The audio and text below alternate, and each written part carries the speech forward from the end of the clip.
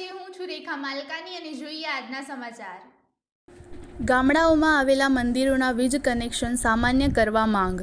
ધનસુરા તાલુકા ભાજપ મંત્રીએ લખ્યો મુખ્યમંત્રીને પત્ર.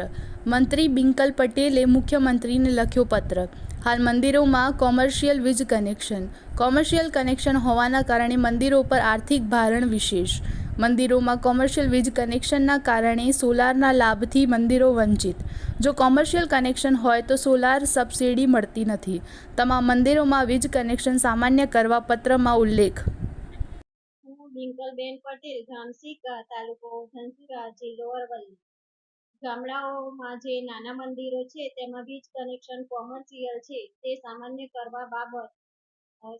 કરવામાં આવે તો મંદિરોમાં પણ જે સોલર રૂફટોપ યોજના કરી શકાય અને તેમાં મળતી સબસિડીનો લાભ પણ આપણે મેળવી શકીએ. તે માટે મેં ગુજરાત રાજ્યના માનનીય મુખ્યમંત્રી શ્રી ભૂપેન્દ્રભાઈ પટેલે લેખિત રજૂઆત કરી છે અને મને આશા છે કે મુખ્યમંત્રી શ્રી આ બાબતે યોગ્ય નિર્ણય લેશે.